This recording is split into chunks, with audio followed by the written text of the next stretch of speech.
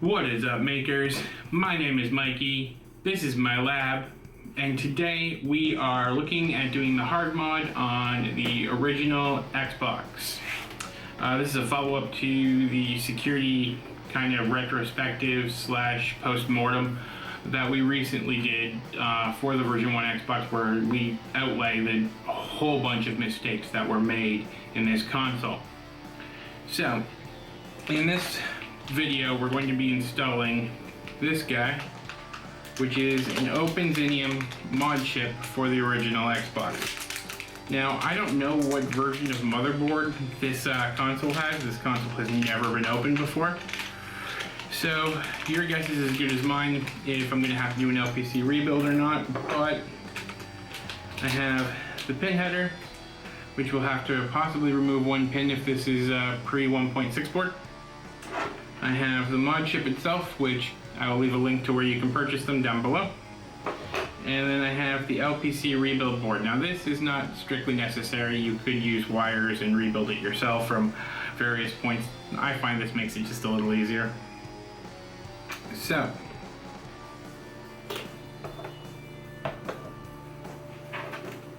the very first thing we always want to do when you're about to mod a console is to make sure the console still currently works. So I have it plugged in. Let's turn this on. Let's see if we can get to the dashboard.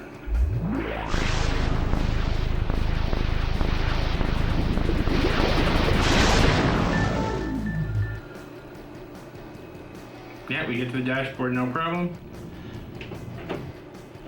We do have one issue in that the DVD drive tries to open, but it seems to jam up on something. Alright. Shut the console down. So I'm going to go ahead and unplug all the cables to this guy. And flip it over. Oh, I missed the network cable. As you can see, the original Xbox has a security screw underneath here and underneath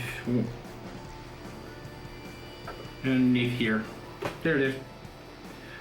So that's what tells me that this console has never been opened.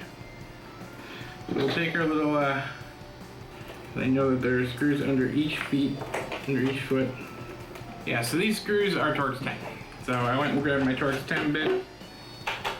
I just did that entire pry-up of this off camera. I'll do the next one on camera. I apologize.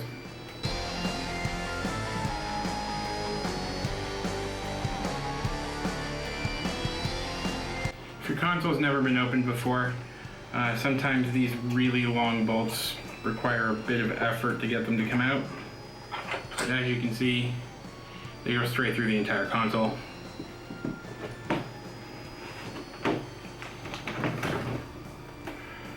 And then, because I don't want to remove these pads forever, I want them to be able to be there. What I'm doing is I'm taking just a simple pry tool, I'm going underneath, and I'm only peeling back the outside part of the foot. If you take it completely off, chances are it's never going to stick back down, and it'll never be the same. So, a little bit of care and a little bit of caution now will make the end result so much better. Now with that, like that, break the seal for the screw. I don't know if they put Loctite on these, or I don't know why they would. They're not mechanically moving or anything, but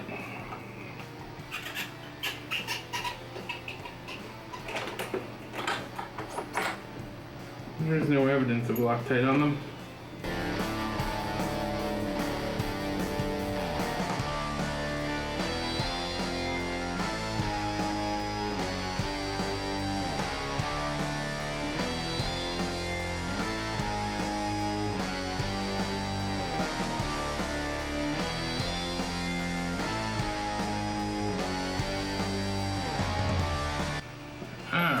So now we have all 4 of the screws that are underneath the feet out, but we have to get the 2 hidden screws out.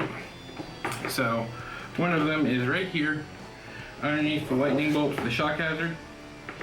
I can just take a scalpel.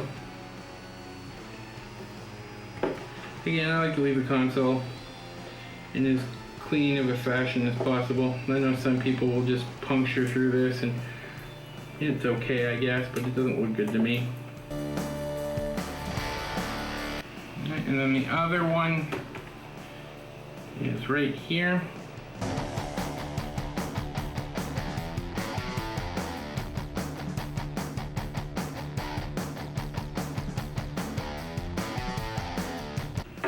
All of the exterior screws are the same T10 screw, hex screw. So you don't have to worry about being careful of which screw came from which part. Once we get inside the console, that changes a little bit. And then you need to be a little more careful. That's why I love working on these blue mats. They have all kinds of spaces for me to put parts as I take them out, and it helps me keep things clear. I'll leave a link in the description below to those too if you're interested in them.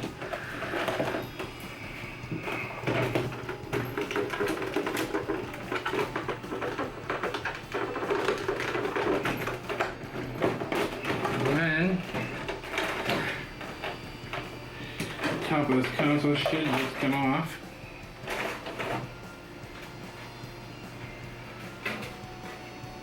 Still a little dirty, but not too bad. There's some dirt around the fins. We'll get that all cleaned up. While you're in here, it's obviously a good idea to sit down and clean everything, because this console has never been opened before, it's never been cleaned inside, so we need to make sure that we find everything that needs to be cleaned out. So next, I'm going to remove the IDE cable from the hard drive. I'm going to leave the power attached because it's kind of a pain in the butt to get to right now. And then we're going to go, and you can see that the next ones I believe are T8.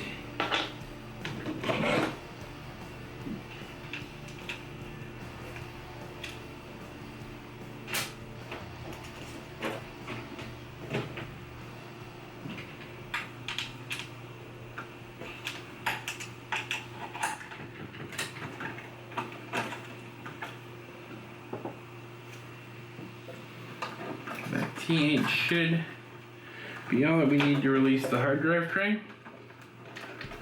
So with that there, I'm just going to pull the hard drive tray up and remove the power cable from the other connector.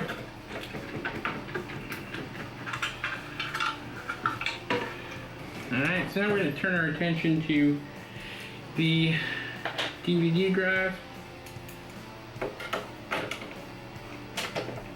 Just held in place with this screw right there. That's where a magnetic screwdriver really comes in handy. I'll leave a link down below to the set that I'm using. I really like it. The handle's all metal. Feels good in the hands.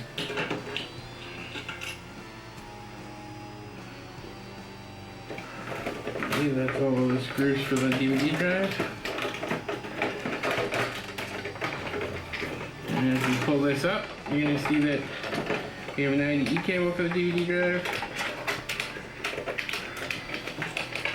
which we're going to remove, and we have a custom power cable, which for some reason is like 20 wires. We're not going to worry about disassembling the drive off of its plastic tray because we're not going to be doing much to it other than cleaning it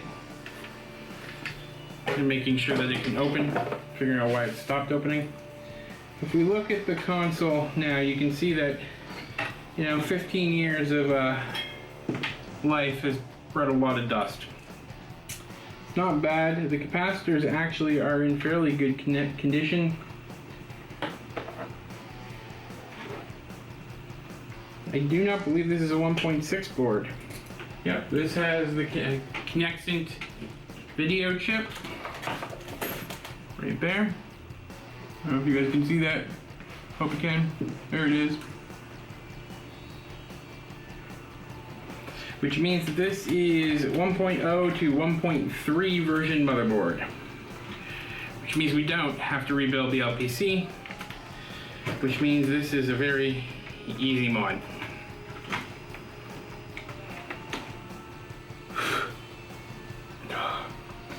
This is a good opportunity to get rid of a lot of dust that's in the device. I'm hoping none's landing on the camera lens.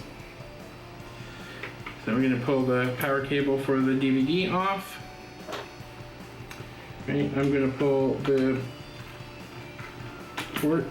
front ports connector and the power connector.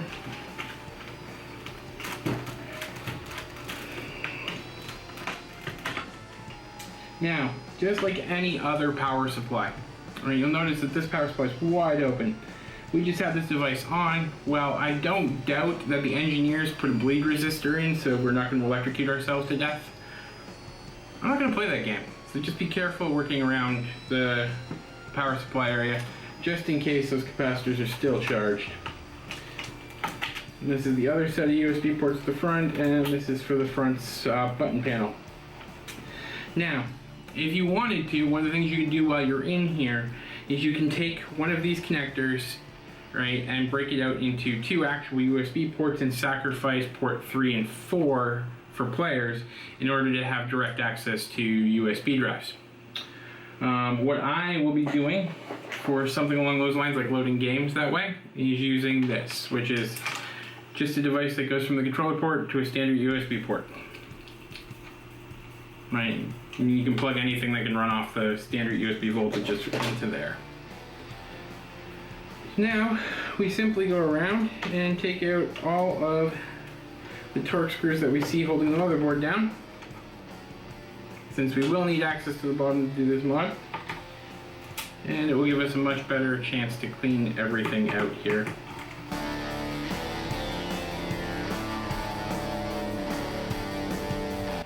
If you do have thermal paste available to you, I've run out.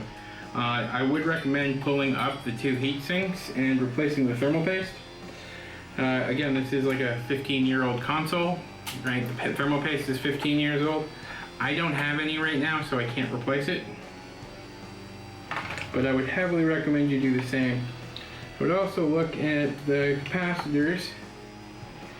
And I believe this one here is the clock capacitor, which always leaks, and you can see that it has kind of leaked.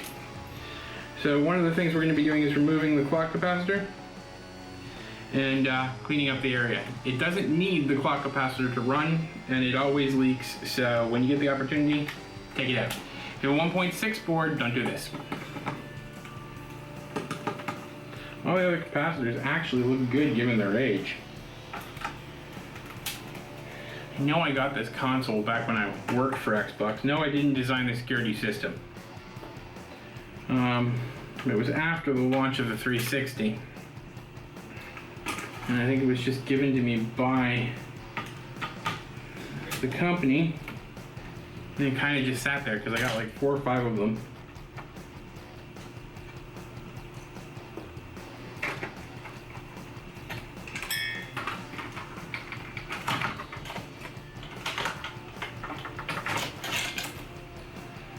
Alright, we're going to take the rest of the case and move it out of the way.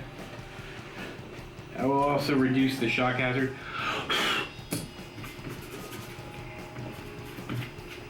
Alright, so the first thing I'm going to do is remove this bulging capacitor. To do this, we're just going to need some solder and our soldering iron. Again, if these are tools that you don't have, I will leave a link in the description. In order to do this, because the factory uses lead-free solder because the government makes them. First thing we're going to do is flow some new leaded solder. And just to allow this to work a little better.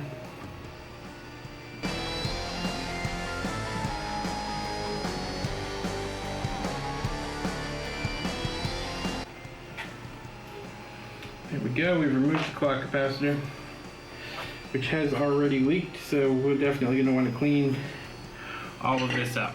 Now, I'm just going to use some rubbing alcohol and probably some J-cloth and some paper towel. This will also help us de-dust the system while we're going here. I'm just going to give everything a quick brush down.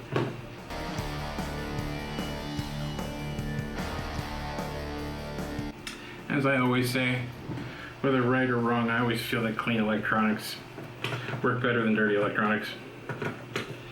There is some logic to it, but not as much as I like to think. The reason we're cleaning all this up is the liquid that comes out of the capacitors when they go bad sometimes can be conductive, but at all times is corrosive. Alright, so we don't want it to damage the rest of the board any more than it's already been allowed to. It's not perfect, but it's good enough. We got all of the coating from the leaky capacitor out of that area. So now we can see our target, which is this LPC port right here. Okay, so because this is 1.0 to 1.3 board, we have to take the pin header that came with the mod chip, and we're going to need to remove one of the pins. And if we go like this, it is going to be this guy right here.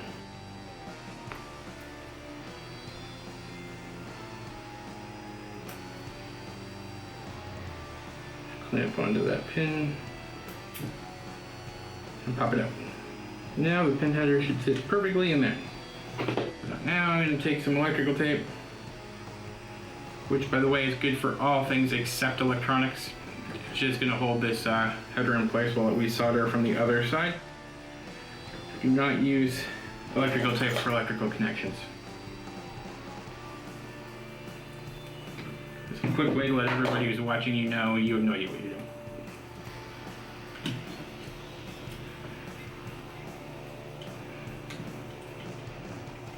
Just don't want it to fall out when we flip it over. Okay. And the way we're going to do this first is I'm going to take some solder. I'm going to tin the tip of my soldering iron. Actually, let me clean the tip of my soldering iron. That was fairly nasty. There we go.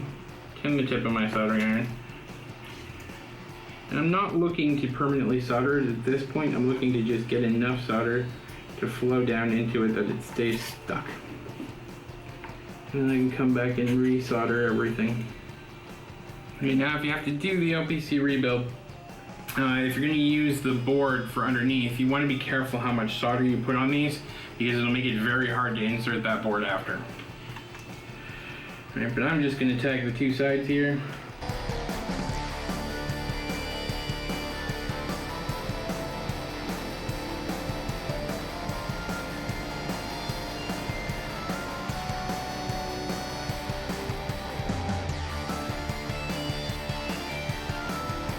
There apparently is a veneer on these boards, so hitting with a bit of steel wool before we did this probably would have made my life a lot easier.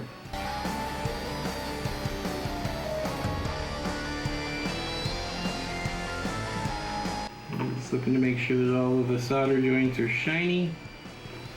Alright, so that's the pin header taken care of. The only thing, because this is a 1.3 version board, that we need to do now is the D0 pin, which if you remember the last video I did, grounding out D0 causes the original ROM chip inside of the south bridge to deactivate. So we want our mod chip to be able to deactivate the actual ROM. Now this is a bit of a small little point to try to access, because unlike the LPC port, this was never designed to be connected to. This is a VIA. So there's definitely going to be some veneer over top. So we're going to go ahead and just rub the area down with some steel wool.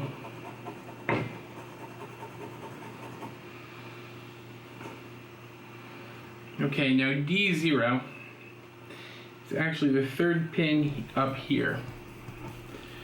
So I am going to take a bit of solder, tin that pin.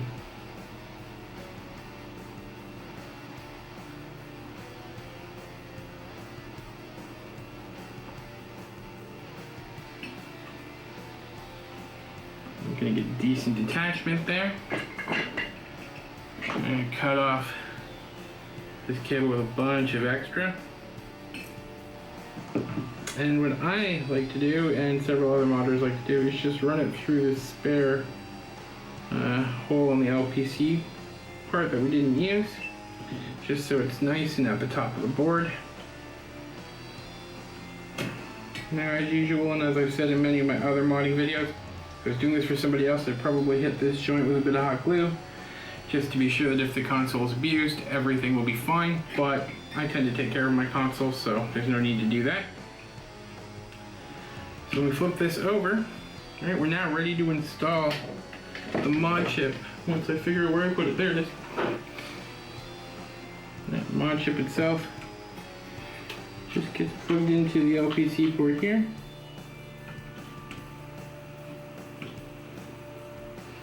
I'm going to trim down this guy a little bit because we get way more than we need, but that's by design.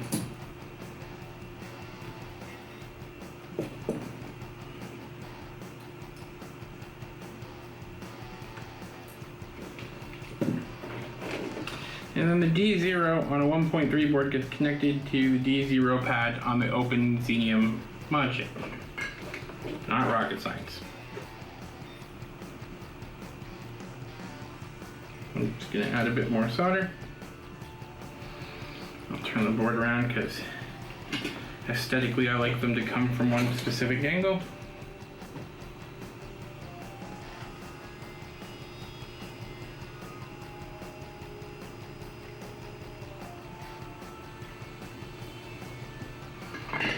And there we go. That is an install on a 1.3, well, 1.0 to 1.5 version board. I'm going to clean this board up a bit more, and we're going to throw it back into the case and see if we were successful. So far, this has gone a lot better than the PlayStation 1 did. Alright, so at this point you probably want to verify that the mod is installed correctly, that the system still boots, and that everything is working. So what I did is I put the motherboard back into its case. I hooked its power up, its front ports up, and its front buttons up. And that should be all we need. So if I hit the power button now,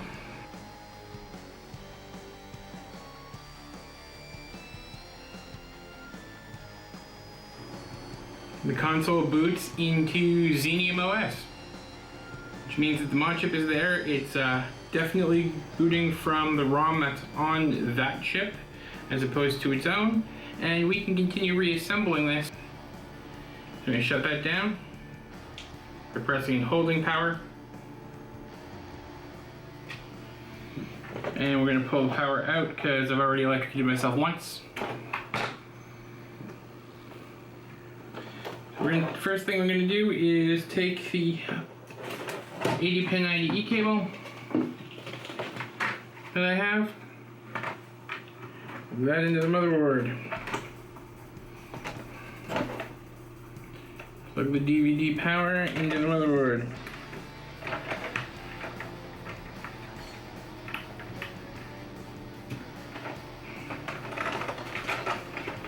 keen and astute viewers will notice that I'm using a different DVD-ROM than I pulled out of this.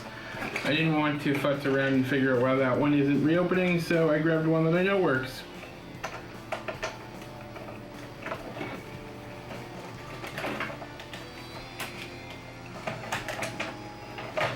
With the new IDE cable, but to be absolutely honest, it's a little bit of a pain to get it to sit properly, whether it's a new IDE cable or not. And we grab the hard drive plastic. Let's see if I can get this into a shot frame. You feed the power cable for the hard drive through the little loopy thing here.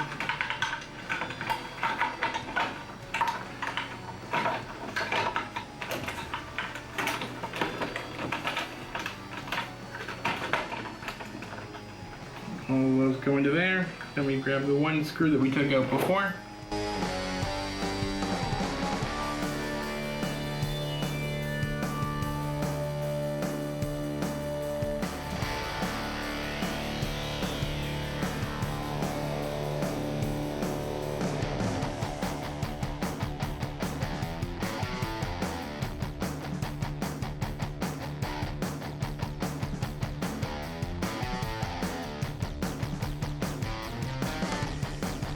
Alright, so at this point, we are done the hardware mod for the console.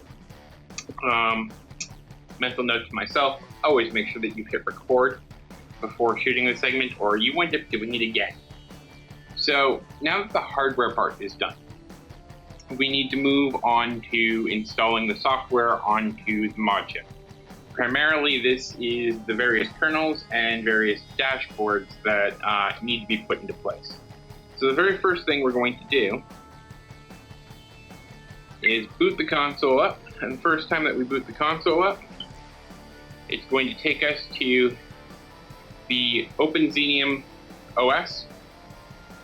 And now that we're at the OpenXenium OS main screen, if we go into launch menu, you can see we do not have any kernels. First thing I like to add is the retail kernel. And the easiest way to do that is to just click on add new item and add it from the tsop. Okay, and we'll click done. And we'll say green since that's Xbox's color. So now we have the retail kernel, but we need to get another kernel in. I can't tell you specifically where to get this kernel from because that's kind of one of the gray areas. But if you search for the file name, I'm sure you're going to find about a dozen different sources for it. But in order to get it over to the console, we need to be able to talk to the console over the network. So if we go back in the menu and we go to settings,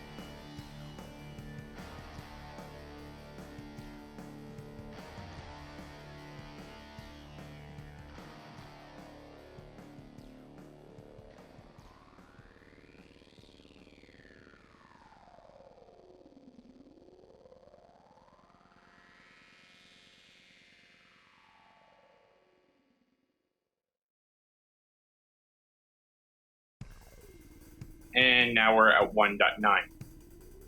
So we're just going to go to the 1.9 address, and you'll be presented with this very, very simplistic web page. So essentially, all we have to do is click the flash button. In my opinion, the button should probably be called upload, but flash will work. So we're going to go ahead and click flash. We're going to go ahead and choose file, and I am using a file called m8plus.bin.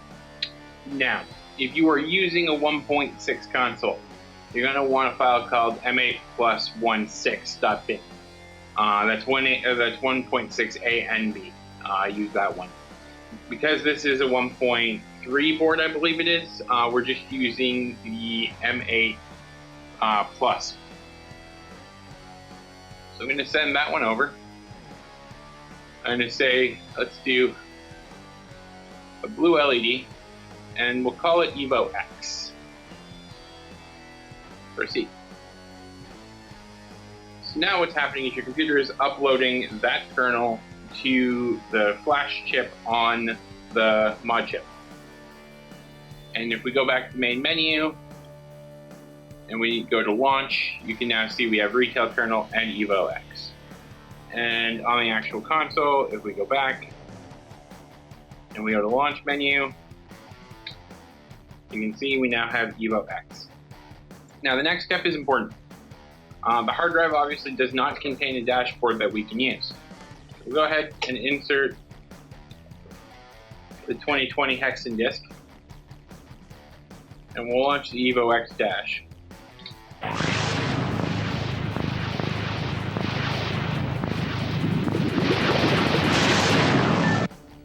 And now this is the kernel actually powering up. Obviously, again, there's no dash at this point. And you can see that it says Linux, which means we're booting from that particular disk. All right, so now we are in the menu for the Hexen disk, which contains all of the stuff that we need. First thing we do is we go down to tsop flash chip Xbox tools, because that's what this is. And we go to mod chip tsop flash not winboard.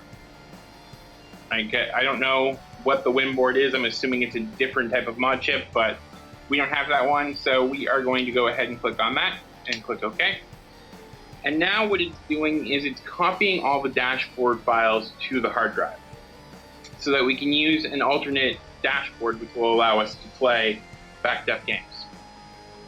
This can take a bit of time, and now we're into the Flash BIOS section, which there isn't a whole lot we have to do here. We can just go back to the main menu because we're using a custom mod chip. We've already flashed the kernel to that mod chip, so we don't need to do a whole lot other than install the dashboard. All right, the other thing that I recommend that we do is we need to install a few applications to the console itself.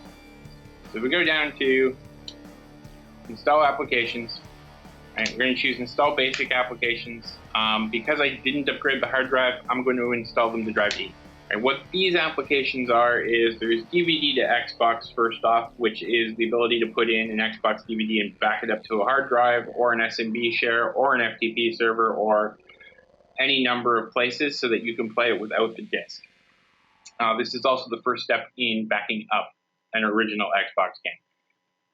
A couple others are the ability, the DVD dongle free for Xbox, so you don't have to have the stupid remote and the specific dongle to be able to play a DVD video through the Xbox. I like to install the Xenium tools because this is a Xenium mod chip and it gives us a little bit of extra stuff that we can do. And once that's done, we can go ahead and turn the console or remove the disk. And if we reboot the console, we come back to the Xenium thing because we haven't set a default boot process yet. So we're going to go into launch menu. We're going to go to set default item, and we're going to set Evo X as our default. And then we are going to go back into the settings, and we are going to go to Xenium settings, and we are going to enable instant boot. Then when we hit the power button, you can see that we are now going to boot into the Evo X dashboard. So at this point, we are essentially done with the mod. We can do whatever we want. We can install whatever applications we want. For example, if I take my copy of Fable, which I do have a legit copy of, and we open the drive tray,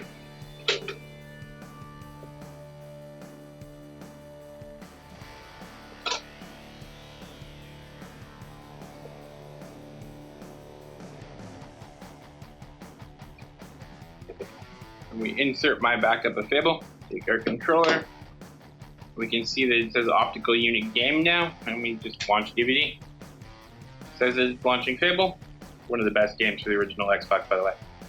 Heavily recommend. And there's the well-known Fable screen.